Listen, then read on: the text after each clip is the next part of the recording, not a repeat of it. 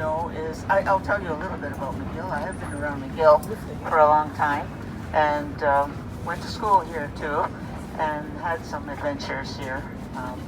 Well, I won't go into that, but they didn't treat me very well, never have, and up to the present time I'm not being treated too well here by the bureaucracy. So it's always been a battle, because the battle has always been that I've always known that this is our land, and we were very mistreated, the Native people. And they forgot about all the money that they took to build McGill, and all the things, and then the war labs that they have here. You know, we know about that too. And I just want to say something about our relationship with the you people. When 2015, a group came to Kahnawake. They called and they said, we'd like to talk to you.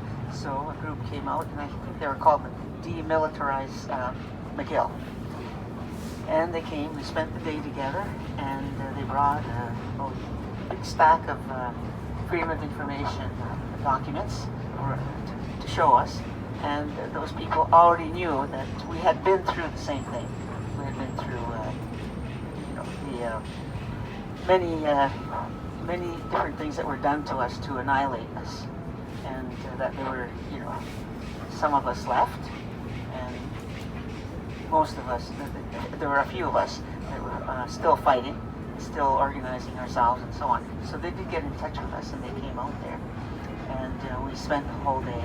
And anyway, we were very, very disturbed with what they showed us and what they told us, because we saw what was coming, and here we are now.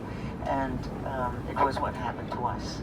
And so, not too long afterwards, well, actually, maybe a couple of months afterwards, my daughter, who went to McGill, she's a doctor now, she, it was on a Saturday, she says, what are you doing today, Ma? I said, I think I'll seize McGill University. And she said, oh, okay. She thought nothing of it. But I did do that.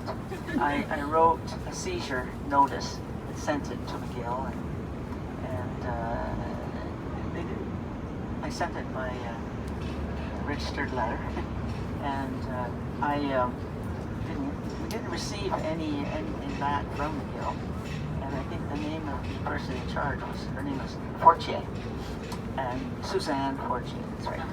Anyway, so time went by, but then we got a call from the McGill Daily, and they wanted to know if they could interview me over the seizure notice, and it was signed just by me, because in our way, each one of us has the right to carry out our duties and responsibilities, and it was my responsibility to do that, take care of our mother, take care of the land. So anyway, he asked me if he could talk to me, and I said, no, you can't. He said, why not? He said, well, I said, well, because I want you to read the seizure notice and see if it's it's right. And one of them was to talk about what was happening to you people. And so he said, okay. So he called me a few days later, and he said, everything you put in that seizure notice is correct. Can I interview you now? I said, sure. So he did. And so that began, and then we came here, Tekarontakeh and I came here, and we spoke to the students here. We put on a whole day workshop on just what we're talking about here, on consensual decision making. And it was very, very important, very interesting.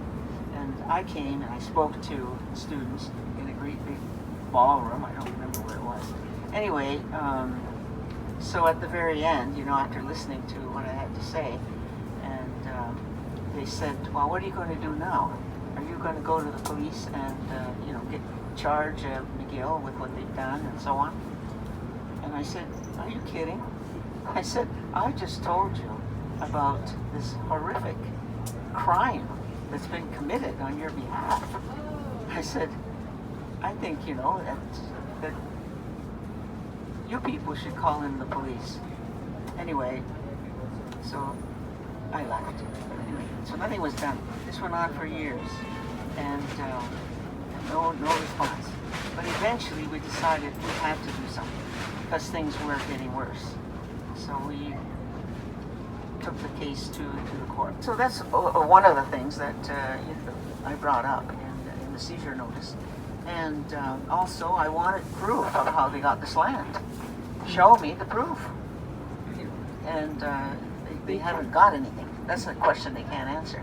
So we decided to go ahead, and we went into one court, which is the federal court, and then we decided to go. We had no money, no lawyers, nothing. So we went into what is it? Superior Court of Montreal, and we started an action there, and we have been in there ever since. And we've been to court about 18 times, I think. And we were having a very hard time. I can tell you the truth about that. But we still have not, and there have been actions taken for us to use lawyers, and we refuse, and the court backed us up, so we are still doing it ourselves. And we're still going, I don't know when we're going again, probably in a couple of days, but this is a constant thing for 2 years now. And we've done it ourselves, and people have stood with us. I want to thank all of you for having done that. There's so many of you that have stood with us, and you understand what we're up against. But anyway, I can't really explain all of the things that are going on there. This has been going on for years. But that's what we had to do. And when we started in the whole issue in the court, we just said, we will not use lawyers. We have no money. We want to find our children. We want to find out why you did this to our children. And we want to know who's responsible for that happening to our children, the disappearance of our children. And the only thing we have going for us is the truth. The last day or so, Justin Trudeau made statements that they want to start this new era of treaty making. That because they had totally violated all previous treaties. Now he's saying they want to go into a new era of relations concerning treaty. And it sounds good to people who don't know. But the treaties that they plan to make is with their band councils. And the thing is, the band council is part of Canada. They're civil servants of Canada. They're not even a government, they're civil servants. And Canada wants to make treaties with the civil servant. Now, how can Canada make treaties with its own citizens? That's what they have become, because they've alienated themselves from who we are. So, this nonsense about making new treaties, and it'll be part of making amends through the reconciliation. But in all of this acts of recommendations of reconciliation, nowhere in reconciliation does it talk to the restoration of lands back to our people. They think that they can give us money. Right now, there's 3 groups called the Tri-Council in Akwesasne, who is sitting down with the state of New York, with corporations and the federal government, to sell 14,000 acres of Mohawk land for $70 million. And the people whom they claim to represent are all opposed to this transaction, because the people are saying our land is not for sale, our mother is not for sale. But these people, individuals, are claiming, and New York State, the Bureau of Indian Affairs, the federal government is all saying they have the authority. It is not up to the United States or Canada to determine who represents us. It is up to us And these issues are not issues to be resolved in the courts. The courts have no business dealing with the issues concerning Native people. The Turo was extended to all the newcomers to this land. The first time it was extended was to the Dutch. And the hemp rope was a symbol for the Dutch to pledge that they would always honor, respect the ways of the people in this land. When the French came, the French made a pledge by using the iron chain to symbolize their pledge to this Turo. The English came, and they said the silver covenant chain was their pledge to always honor this Turo. The United States made that gold braid that they hang on their military uniforms, on their flags and so on, as their symbol that they would pledge to follow this Turo. The whole world is now using this Turo. The UN is using it. Everybody is using it. For trade agreements, treaty agreements, for tariff laws, and so on and so forth, all based on the Turo. But the only people that the Turo is not being applied to are the creators of the Turo. In the 70s, we were sued because we took over the land in the mountains. The United States government, the state of New York, the counties, townships, and even the villages, they all sued us because we took this land. We took our land. But we didn't go to court. They were suing us. We sent a lawyer as a messenger, saying to the court, no disrespect, but we are not coming to your court on the grounds you have absolutely no jurisdiction over us. We are Kanien'keha. We are Rutinushuni. You have no jurisdiction over us. They went ahead and had court. And they lost. The decision of Judge Port was that the United States of America, the state of New York, the town of Webb, township of Webb, the county of Herkimer, all these ones, Eagle Bay, Inlet, so on, have no jurisdiction over the people of Kanien'keha, because the people of Kanien'keha are part of the Mohawk Nation, part of the Iroquois Confederacy, and therefore enjoy sovereign immunity. 4 years later, the next county, Clinton County, the state of New York, the United States, again, they repeated the same thing. They wanted us to come to court because they sued us. Again, we refused. Again, we sent the same message. And again, they lost. The same decision came, that they had no jurisdiction over us. As small as we are, the few hundred people that were in those mountains, we took on what's called the most powerful nation in the world. And we were successful. Because we believed. We believed and we were prepared to make the sacrifice. So this is why I'm saying these issues right now got any stuff so that they're in the courts.